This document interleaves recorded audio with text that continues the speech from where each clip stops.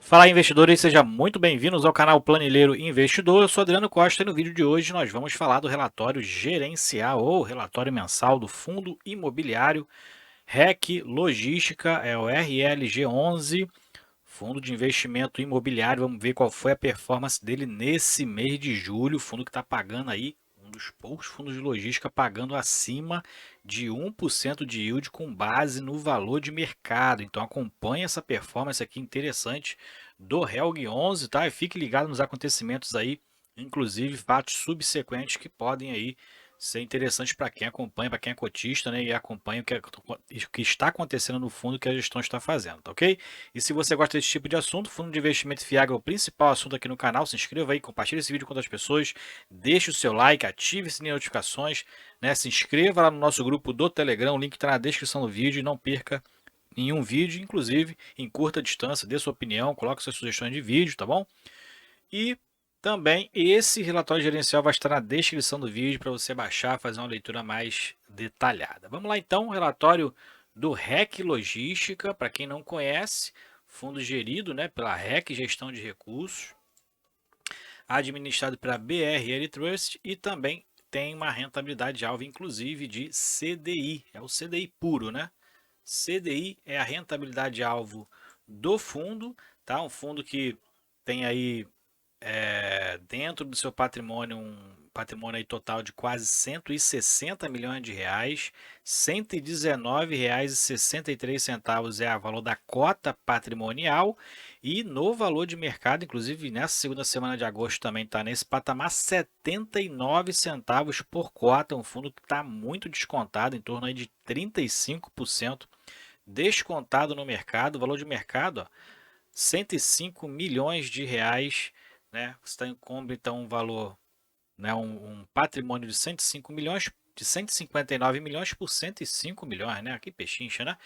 34%, 35% de desconto no mercado, tá? E a área bruta locável dele é um fundo não é muito grande, né? Como a gente vê pelo patrimônio, 97 mil metros quadrados.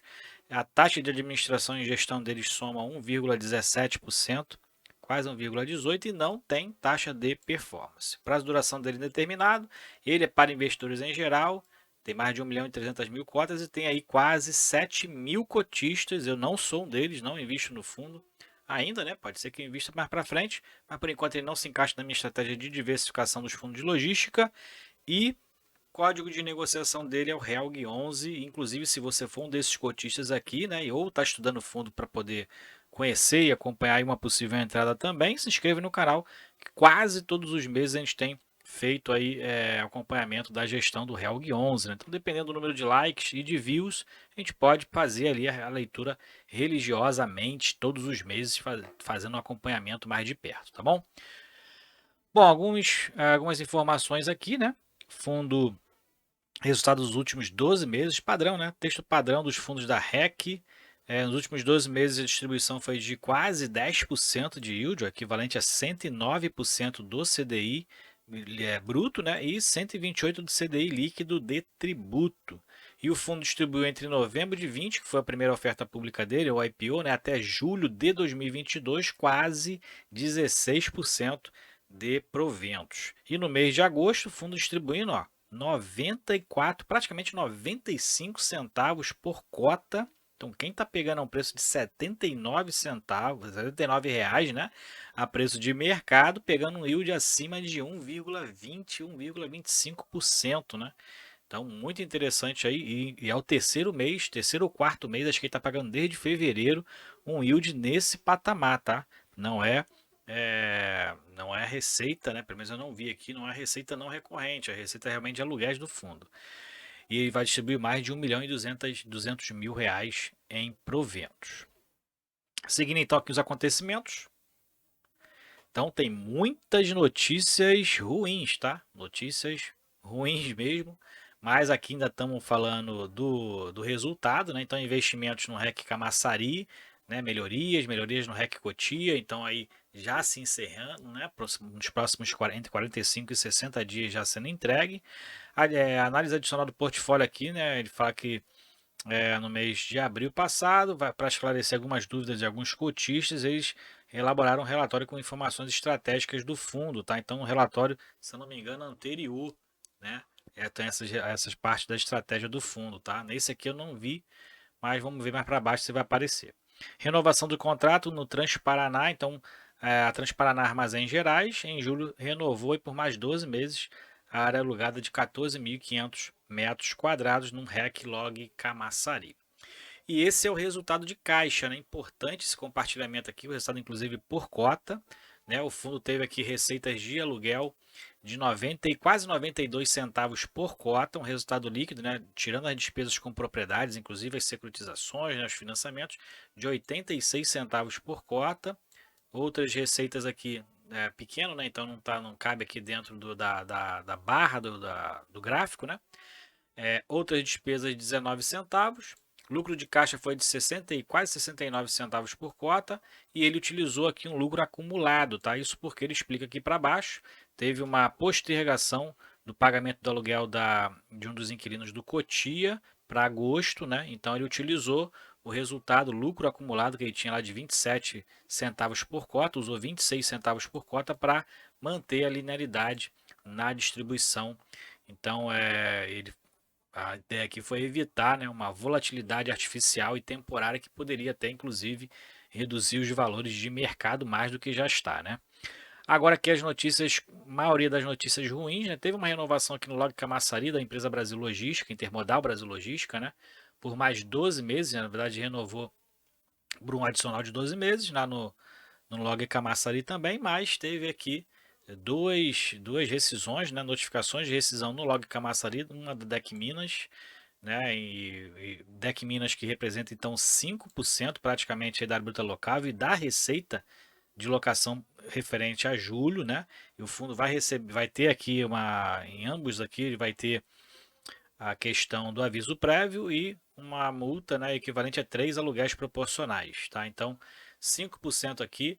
Outra aqui informando tudo no fato relevante de 4 de agosto, tá? Outra empresa que notificou a saída foi a Vlog, tá? Que representa aí 9,25 da bruta locável e um pouco mais das receitas relativas a julho. Também vai ter aqui a questão do aviso prévio e a questão também da multa, se eu não me engano, e também a notificação de rescisão antecipada da Bela Copa aqui em Queimados, tá? 4 de agosto também foi um fato relevante. Ela tem uma representatividade menor do que as outras duas, né? Apenas 1,31% da receita de julho. Vai ter a questão do aviso prévio de 3 meses e a rescisão antecipada vai gerar também uma multa de 3 aluguéis proporcionais ao tempo decorrido. Então, no somatório dessas desocupações aqui previstas, o fundo, a partir de outubro, provavelmente vai ter uma vacância aí adicional de 16 a 19%, né? Em torno de 19% de vacância dessas três rescisões antecipadas, tá? Então, o fundo que hoje tem uma vacância baixa, de em torno de 2%, vai ter um aumento bem considerável ali a partir de outubro. Notícias ruins, né? Mas pode ser que até lá o fundo já faça aí uma recomposição dessas áreas, né? Aqui falando um pouco do resultado também, fundo que está com resultado aí na base 100, né? Distribuição de 0,95%, abaixo do CDI, né? Aqui em relação à distribuição acumulada de 15,93%, também a base aqui, ó, também é o CDI, né? Então tá acima, né? Na distribuição acumulada. E com relação aos ativos do fundo em julho, né, imóveis do fundo aí 220 milhões, tá isso por quê? Mas o patrimônio é de 160 milhões? Porque o fundo tem obrigações, né, na aquisição do Log Camaçari, por exemplo, né? Então ele tem aqui dois parcelamentos, são dois passivos, né? Não fala aqui se é CRI, provavelmente seja, mas com vencimento aqui, um em dezembro de 22 e outro em dezembro de 23, então não é CRI, provavelmente algum acordo, né, de pagamento. E aí então o fundo que tem um ativo de 226 milhões de reais, né, e um passivo de 66 milhões de reais acaba tendo então um patrimônio líquido de aproximadamente 160 milhões de reais. Então o fundo até detalha aqui, né, uma relação de ativos e dívidas do fundo. Então no curto prazo o fundo tem aí 11 milhões a pagar até o final de 2022 agora, né, 11 milhões de reais e 53 milhões de reais para pagar com vencimento acima de 12 meses, né, no médio prazo, em dezembro de 2023. O total da dívida é 65 milhões de reais. Seguindo então aqui, de fato, da distribuição, então teve um aumento muito interessante aqui, né, a partir de abril, na distribuição do fundo, né, não foi a partir de fevereiro, né, foi a partir de abril, o resultado do fundo que ficou a melhor a partir de fevereiro, por conta, de repente tem ali uma questão dos reajustes, né, dos reajustes eles serem a maioria em fevereiro, né, não sei informar, mas teve aqui no final do ano passado, inclusive, um aumento de patrimônio, né, que o fundo fez uma emissão de cotas ali no final de 2021, e as participações aqui também de cada imóvel em relação à bruta locável, maior é o log Camaçari, né? O que gera maior receita para o fundo, inclusive. E os índices de correções dos contratos, a maioria é IGPM, ó, 59% e 41% IPCA, que inclusive esse mês, né? De mês de julho, IPCA com deflação aí, que gerou muitas quedas nos fundos de papel hoje, dia 9 de agosto. Aqui é a ocupação física do fundo, né? Então, o que eu falei, a ocupação aqui vai ter um aumento a partir provavelmente de outubro, por conta das notificações de desocupação lá de cima. Inclusive duas no Log Camaçari, que tem maior participação, que já estava com uma vacância aqui de 5% no portfólio individualmente, né? No portfólio do Log Camaçari, vai ter um aumento nessa vacância aí, inclusive, tá? E aqui é um CRI que o fundo tem na carteira de em torno de 2 milhões de reais, que gera aí um resultado financeiro também para o fundo. O fundo, a maioria dos seus contratos são típicos, né? 92,7%, aqui é a evolução das aquisições dos imóveis, né? Iniciou com Log Cotia, né?